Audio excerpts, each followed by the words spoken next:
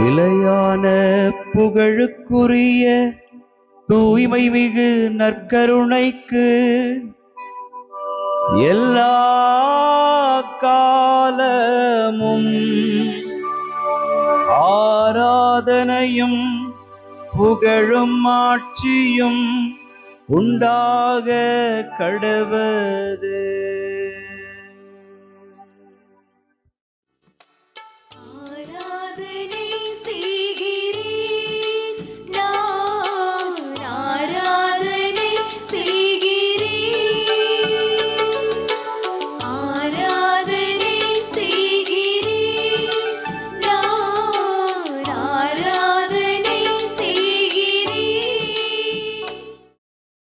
ஆண்டவருக்குள் பிரியமான சகோதர சகோதரிகளே, இன்று மே மாதம் 5ஆம் தேதி ஞாயிற்றுக்கிழமை.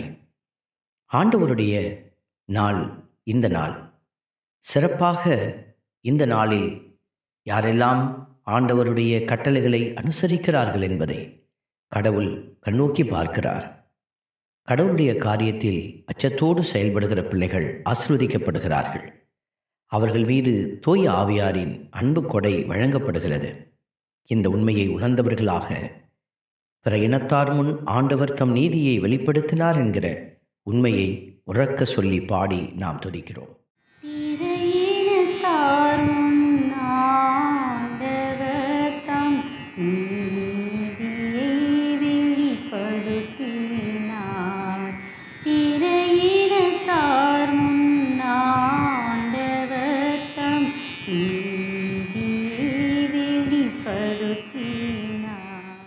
இன்றைய திருப்பாடல் 98 நம்மோடு பேசுகிறது.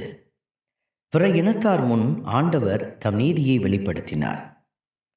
நாம் பல வேளைகளில் இவர்கள் பிற இனத்தவர்கள் என்று சொல்லி பலரை ஒதுக்கினாலும் அது மனித நிலையில் நாம் செயல்படுத்துகிற காரியமே தவிர இறை நிலையில் அது செயல்படுத்துகிற அடையாளம் அல்ல. இறை நிலையை நாம் இந்த திருப்பாடல் வழியாக அறிந்து கொள்கிறோம். கடவுளும் பிற இனத்தாருக்கு தன்னை வெளிப்படுத்துவதையும் அவருடைய நீதியை அவர் வெளிப்படுத்தி அவர்களையும் தம்முடைய அன்பில் இணைக்க முயற்சிப்பதையும் நாம் பார்க்கிறோம். இதைத்தான் திருத்தூதர் பணி 10வது அதிகாரத்திலே தூய ஆவியின் கொடை பிற இனத்தவர் மீதும் பொழியப்பட்டது என்று அது உறுதி செய்கிறது.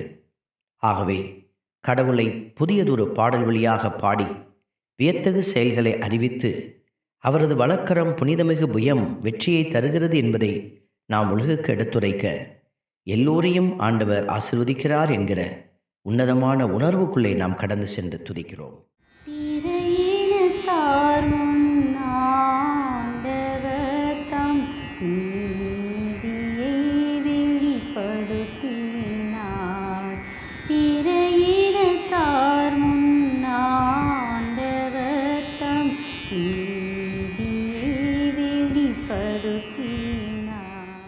ஆண்டவருடைய வார்த்தை நமக்கு சொல்லுகிறது, அவர் தம் மீட்பை அறிவிக்கிறார், பிற இனத்தார் கண்முன்னே நீதியை வெளிப்படுத்தினார், இஸ்ரேல் வீட்டாருக்கு வாக்களிக்கப்பட்ட தமது பேரன்பையும் உறுதிமொழியையும் அவர் நினைவு கூர்ந்தார் என்று.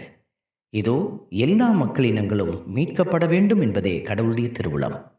இந்த திருவுளத்தை நீங்களும் நானும் உள்ளத்திலே தாங்கி எல்லோரையும் இயேசுவை போல அன்பு செய்து கடவுளை இவர்கள் வெறுப்பவர்கள் என்று நாம் முத்திரையிடாமல், இவர்கள் கடவுளுக்கு உரியவர்கள் அல்ல என்று நாம் யாரையும் ஒதுக்கிவிடாமல், இறைவன்பால் எல்லோரையும் அன்பால் அழைத்து வர நாம் முயற்சி செய்ய இறைவன்தாமே நம் அகக்கண்களை திறந்துவிட மன்றாடுகிறோம்.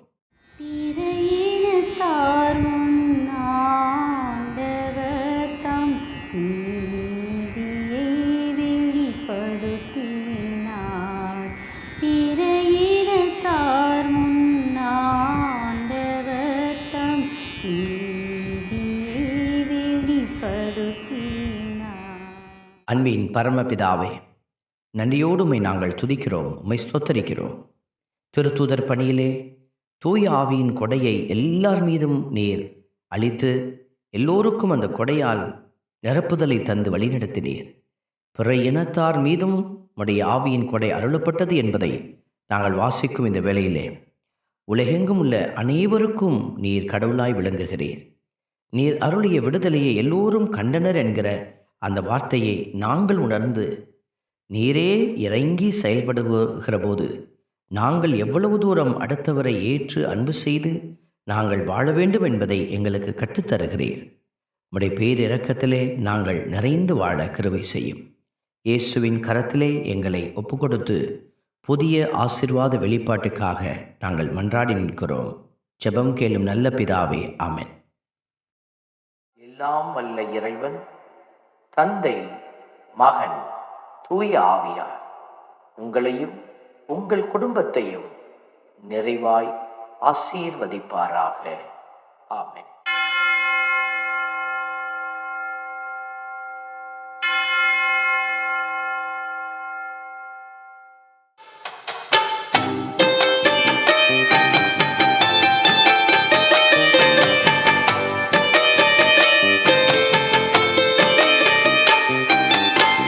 நற்கருணை நாதரே எம்மில் துணையாக வாருமே.